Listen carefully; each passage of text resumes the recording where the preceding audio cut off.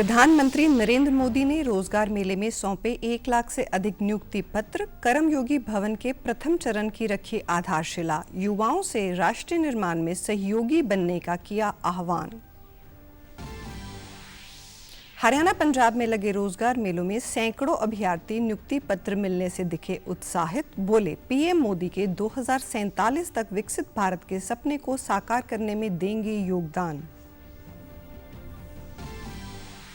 किसानों के दिल्ली कूच को देखते हुए सुरक्षा व कानून व्यवस्था बनाए रखने के लिए हरियाणा के 15 जिलों और चंडीगढ़ में धारा 144 लागू।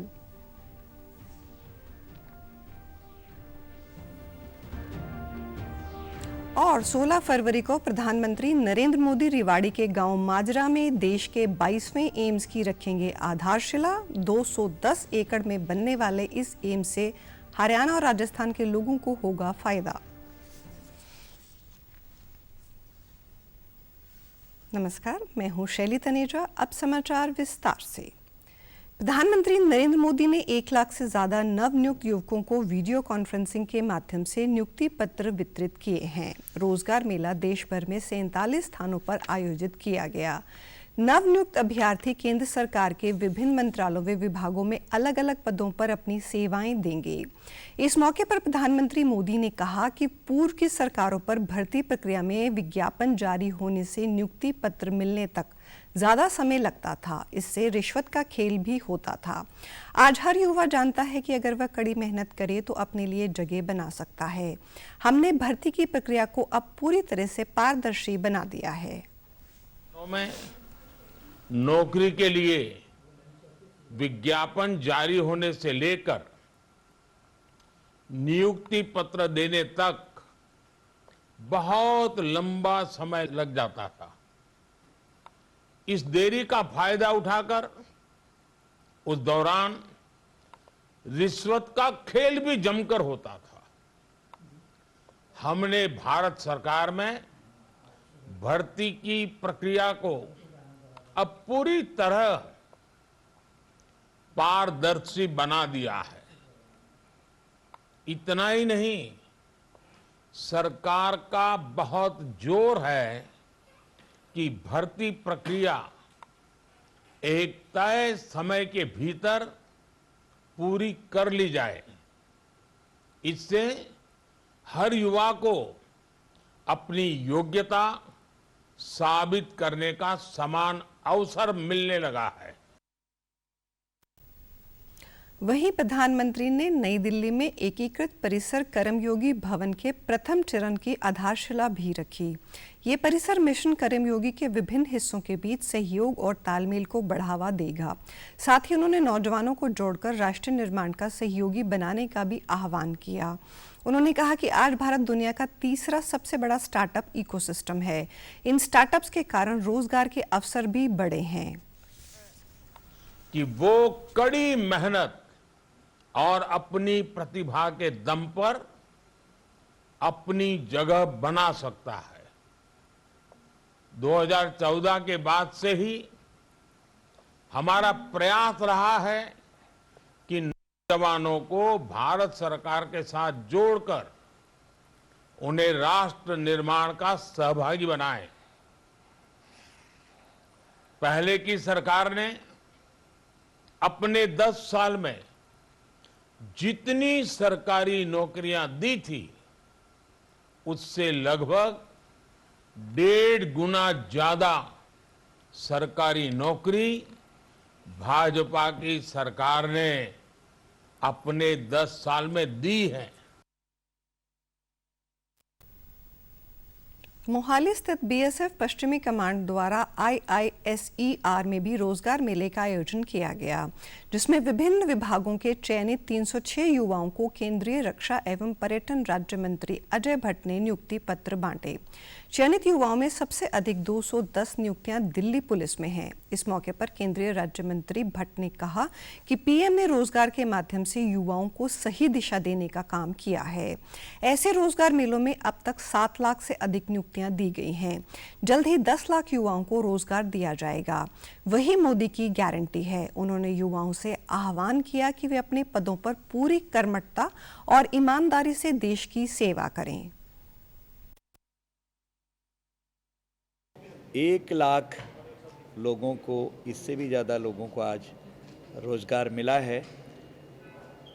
जो पहले माननीय मोदी जी ने कहा था कि हम 10 लाख लोगों को रोज़गार देंगे, तो आज 8 लाख हम क्रॉस कर गए हैं। 1-2 इसी तरह के मेले होंगे तो 10 लाख क्रॉस कर जाएंगे। यही है मोदी जी की गारंटी।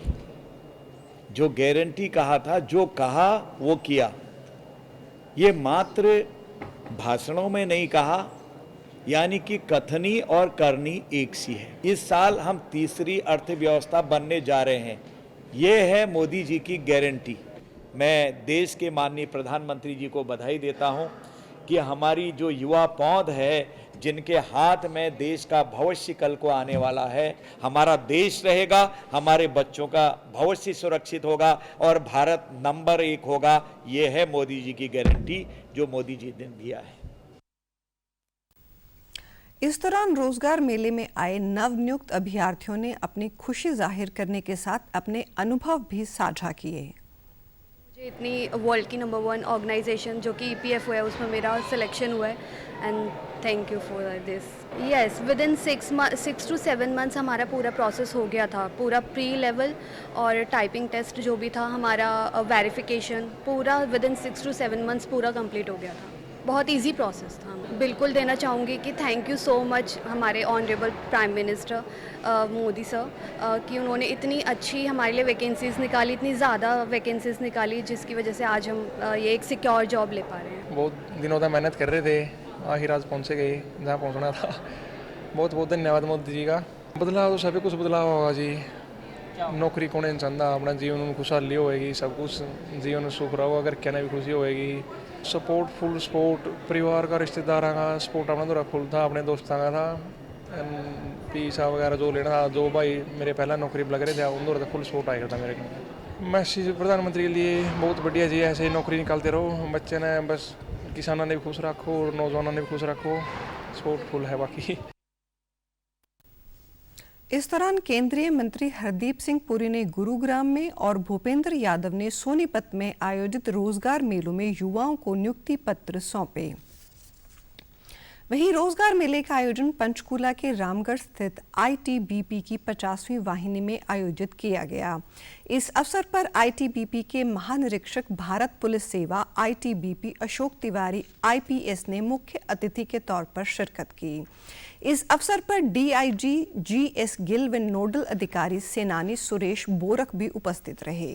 आज कुल 160 अभ्यर्थियों को नियुक्ति पत्र दिए गए, जिनमें पोस्ट विभाग में 25, उच्च शिक्षा विभाग में 8 असिस्टेंट रजिस्ट्रार, स्वास्थ्य विभाग में 52, BSF के 2, ITBP में 41, रेलवे में 5, लेबर डिपार्टमेंट में 26 और CRPF में 1 की नियुक्ति हुई है। इस अवसर पर महानिरीक्षक भारत पुलिस सेवा ITBP अशोक तिवारी IPS ने सभी नवनियुक्त अभ्यर्थियों को बधाई दी। रोजगार प्राप्त करने वाले नवनियुक्त युवाओं ने प्रसन्नता व्यक्त करते हुए कहा कि वे खुद को भाग्यशाली मानते हैं कि उन्हें अपने राज्य में सेवाएं देने का अवसर मिल रहा है। हुआ है और इससे हम लोगों को विकसित बनाने में बहुत ज़्यादा मदद मिल रही है। मुझे IIT रोपड़ में असिस्टेंट रजिस्ट्रार के रूप में नियुक्ति पत्र प्राप्त हुआ है। यह मेरे और मेरे परिवार के लिए बहुत ही गर्व और खुशी का समय है। जिस IIT में हम पढ़ने का सपना बचपन से रखते थे, आज उस स्थान के लिए नियुक्ति पत्र प्राप्त होना बहुत बड़े गर्व की और खुशी की बात है हमारे लिए, और इस चीज़ के लिए हम तहे दिल से प्रधानमंत्री मोदी जी का शुक्रगुजार हैं। मेरी रिक्रूटमेंट CRI कसौली HP में हुई है। भारत सरकार ने विद इन 6 मंथ जो एक बेड़ा लिया था कि 10 लाख से अधिक बच्चों को रोज़गार देंगे, वो उन्होंने कर दिखाया है। रियलिटी में ये मेरे लिए और मेरे परिवार के लिए एक सौभाग्य की बात है कि हमें इतने कम समय में एक बिना खर्ची, बिना पर्ची का जो एक लेके चले हुए हैं प्रावधान भारत सरकार, वो उन्होंने कर दिखाया है। मेरी अभी रिसेंट रिक्रूटमेंट हुई है एम्स बिलासपुर हिमाचल प्रदेश में। मैं डिपार्टमेंट ऑफ साइकेट्री में एज चाइल्ड साइकोलॉजिस्ट रिक्रूट हुई हूँ। मेरी जो रिक्रूटमेंट है वो रेगुलर बेसिस पे हुई और उससे पहले मैं वहाँ पर कॉन्ट्रैक्चुअल बेसिस पे काम कर रही थी। इंटरव्यू देने के बाद और वहाँ पर सिलेक्शन हुआ है, तो मेरे लिए और मेरे पूरे परिवार के लिए बहुत ही गर्व की बात है, बहुत खुशी की बात है। दिल्ली में किसानों के प्रदर्शन को देखते हुए दिल्ली पुलिस ने पूरी दिल्ली में धारा 144 लगा दी है, जो 12 फरवरी से 12 मार्च 2024 तक लागू रहेगी। 13 फरवरी को प्रस्तावित किसानों के दिल्ली मार्च को देखते हुए दिल्ली पुलिस ने कानून व्यवस्था बनाए रखने के लिए एहतियाती कदम उठाए हैं। किसी भी संभावित गड़बड़ी को रोकने के लिए दिल्ली से लगी सीमाओं पर सुरक्षा बढ़ा दी गई है और पुलिस के साथ साथ अर्धसैनिक बलों की टुकड़ियों की भी तैनाती की गई है। दिल्ली पुलिस ने गाजीपुर बॉर्डर, टीकरी बॉर्डर और सिंघू बॉर्डर पर बैरिकेड्स लगाए हैं। पुलिस इन सीमाओं से गुजरने वाले वाहनों की जांच भी कर रही है और इसके साथ ही हरियाणा पंजाब बॉर्डर पर भी वहां की पुलिस ने सतर्कता बढ़ाई है। वहीं हरियाणा पुलिस प्रशासन बॉर्डर एरिया की निगरानी को लेकर पूरी तरह सतर्क है। पंजाब से आने वाली लिंक रोड पर भी 4 लेयर में नाकाबंदी की गई है। 15 जिलों में धारा 144 लागू की गई है। साथ ही पेट्रोल पंप संचालकों को खुले में डीजल पेट्रोल देने पर रोक लगा दी है। 12 और 13 फरवरी को ट्रैक्टरों में 10 लीटर से ज्यादा डीजल नहीं डालने की हिदायत दी गई है। उधर चंडीगढ़ प्रशासन ने सुरक्षा एवं कानून व्यवस्था बनाए रखने के लिए अगले 60 दिनों के लिए धारा 144 लागू कर दी है।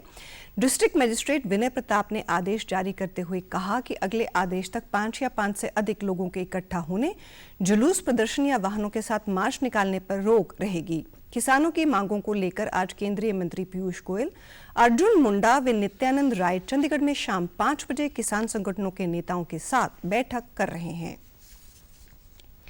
किसान संगठनों के दिल्ली कूच के आह्वान के चलते प्रदेश में कानून व्यवस्था बनाए रखने के लिए हरियाणा पुलिस द्वारा सीमावर्ती जिलों तथा अन्य संवेदनशील जिलों में व्यापक प्रबंध किए गए हैं। प्रदेश के 15 जिलों में धारा 144 लगाई गई।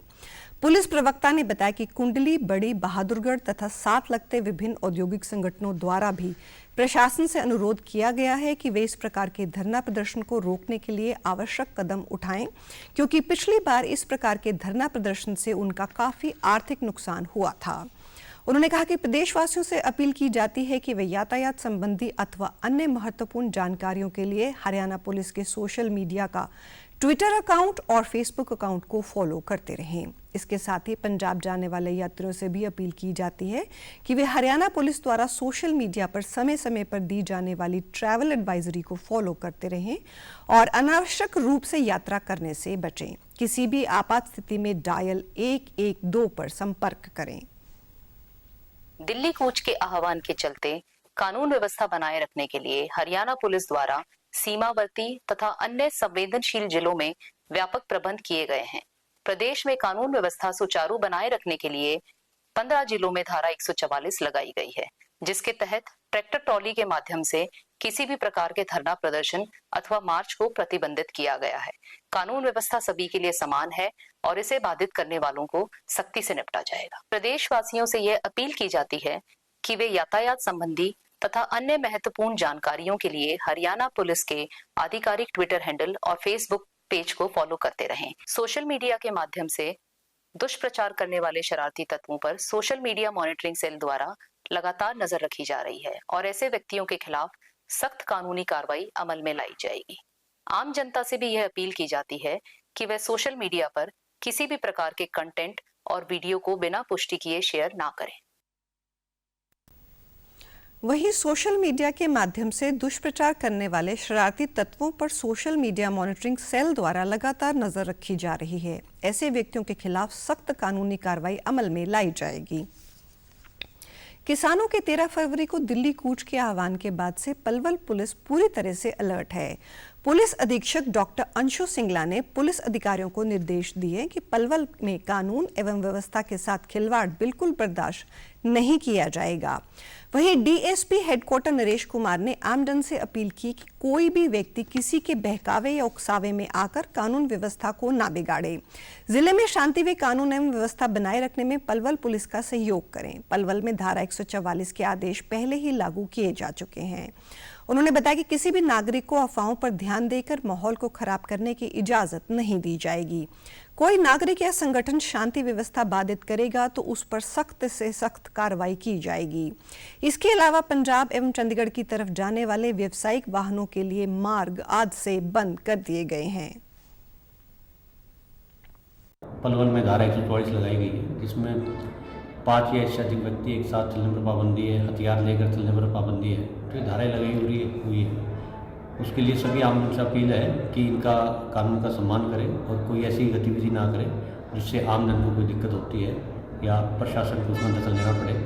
सोशल मीडिया पर पुलिस की पैनी निगाह है, उस पर निगरानी रखी जा रही है। अगर कोई भी इस तरह की कोई न्यूज़ चलाता है, कोई अफवाह फैलाता है, तो उसके खिलाफ कानूनी कार्रवाई की जाए। Police, Palwal police, Haryana police हमेशा जो ना आम जन के साथ है। आपातकाल के लिए 112 नंबर की सुविधा है। अगर कभी किसी को लगता है कोई आपातकाल है, कोई इमरजेंसी है, तो तुरंत उस नंबर पर डायल करें। पुलिस तुरंत जो ना आपकी सहायता के लिए उपलब्ध होगी। जनता से अपील कर रहे हैं कि आने वाले कल के लिए 13 फरवरी के लिए थोड़ा आप नेशनल हाईवे को, KMP KGP को थोड़ा अवॉइड करें और जो कोई आपका कोई ज़्यादा ही कोई आपत्ति का कोई कार्य है तो उसी को करें, अदरवाइज थोड़ा पुलिस को सहयोग करें। किसानों के दिल्ली कूच के मद्देनजर फतेहाबाद जिला प्रशासन की ओर से किसानों से अपील की गई है। फतेहाबाद डीसी ने किसानों से आंदोलन में हिस्सा नहीं लेने को कहा है। डीसी ने अपील करते हुए कहा कि जिले में कानून व्यवस्था कायम रखने के लिए धारा 144 लगाई गई है, जिसके तहत किसी भी प्रदर्शन पर रोक लगा दी है। डीसी अजय तोमर ने बताया कि सुरक्षा व्यवस्था के मद्देनजर जिले को पंजाब से जोड़ने वाले बॉर्डरों पर सुरक्षा के प्रबंध किए जा रहे हैं। नाकाबंदी की गई है और रिजर्व फोर्स की तैनाती की गई है ताकि आपात परिस्थितियों से निपटा जा सके।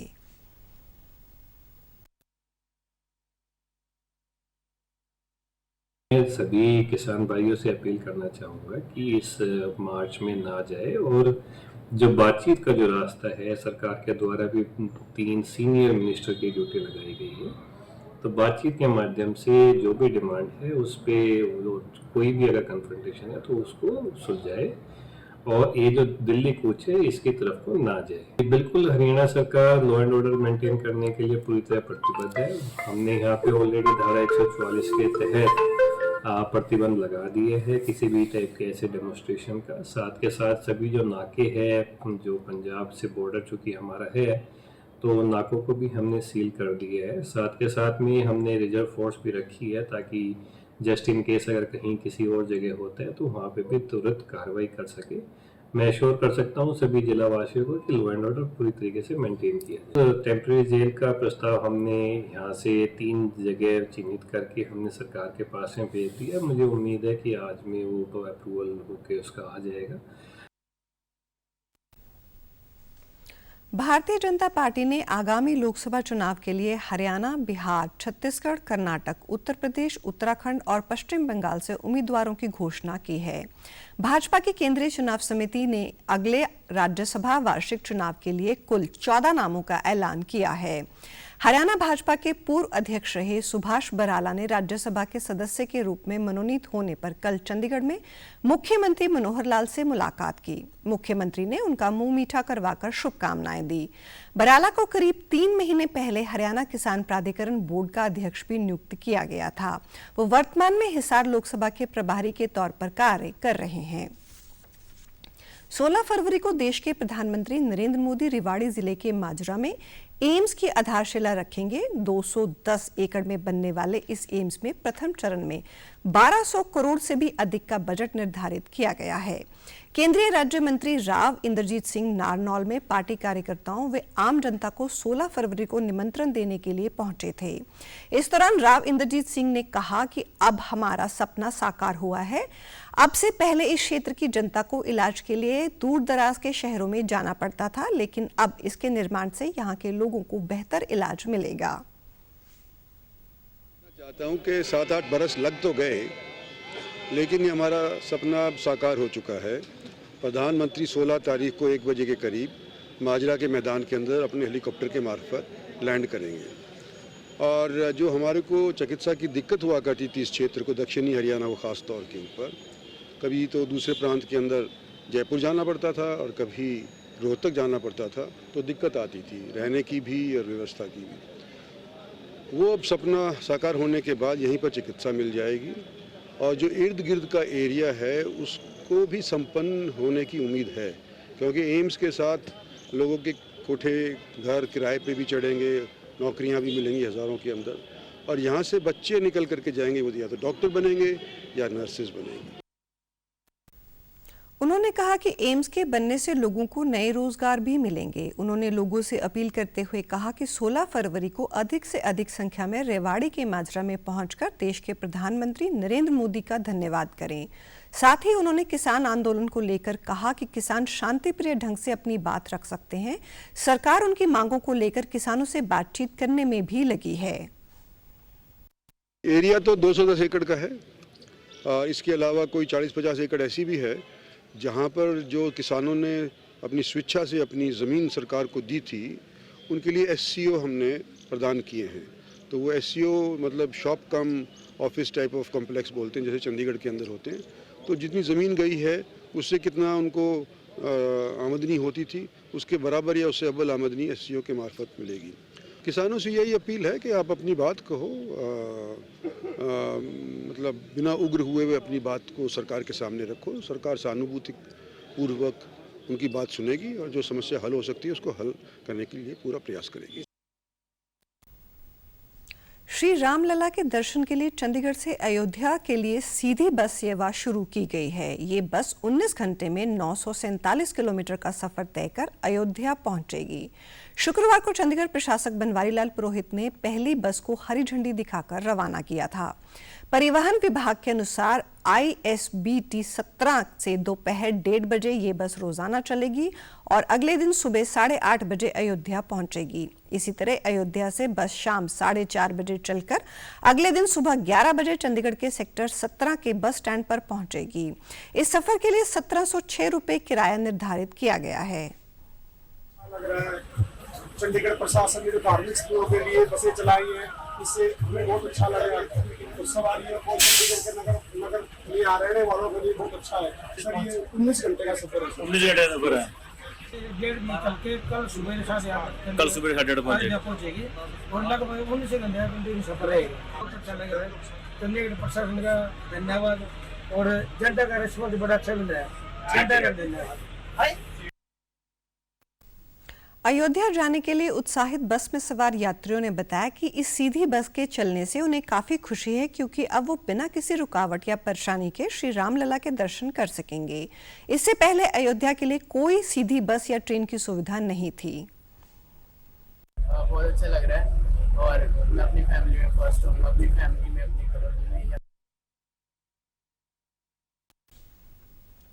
अंबाला छावनी रेलवे स्टेशन पर आज अयोध्या जाने वाली ट्रेन आस्था स्पेशल का वहां पहुंचने पर भव्य स्वागत किया गया। इस ट्रेन में सैकड़ों यात्री अयोध्या जा रहे हैं। छावनी रेलवे स्टेशन पर जैसे ही ये ट्रेन पहुंची, स्टेशन का वातावरण राममय हो गया। अयोध्या जा रहे श्रद्धालु भी काफी प्रसन्न थे। आस्था स्पेशल को लेकर पुलिस द्वारा रेलवे स्टेशन पर कड़े सुरक्षा प्रबंध किए गए थे। ये रेलगाड़ी अपने निर्धारित समय से लगभग 45 मिनट पहले अंबाला छावनी रेलवे स्टेशन पहुंची। रेलगाड़ी में इस दौरान यात्रियों ने कहा कि 500 वर्षों के बाद मोदी सरकार के कार्यकाल में राम मंदिर का निर्माण हुआ है। ऐसे में वो सरकार के आभारी हैं। श्रद्धालुओं ने बताया कि राम मंदिर निर्माण से वो काफी खुश हैं। प्रधानमंत्री ने ये बेहतरीन कार्य किया है। उन्होंने कहा कि रेलगाड़ियों में उन्हें अनेक प्रकार की सुविधाएं भी दी जा रही हैं। वर्षों से उनके मन में राम मंदिर दर्शन की इच्छा थी। मोदी सरकार के कार्यकाल में ये इच्छा पूरी हो रही है।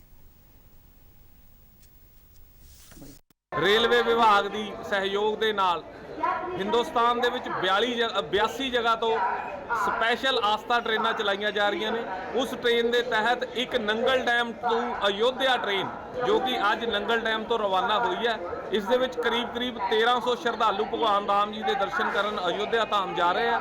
खाने पीने की व्यवस्था बहुत अच्छी है। मैं बहुत खुश हूँ, अयोध्या जाकर बहुत खुशी हूँ। मेरी 2 बहनें जा रही है और हमारे नूर पर बेदी से सभी जा रहे हैं। बहुत खुशी है मुझे नूर अयोध्या जाकर बहुत खुशी होगी। ट्रेन में सभी खाने को बढ़िया मिल रहा है। मोदी सरकार बहुत अच्छी है और बहुत खुशी हुई हमें। अरेंजमेंट बहुत अच्छा है जी। सुबह नाश्ता भी आ गया, पानी की बोतल वगैरह, चाय वगैरह सब कुछ चल रहा है। अंदर बिस्तर सब कुछ, हर चीज़ एक नंबर है जी।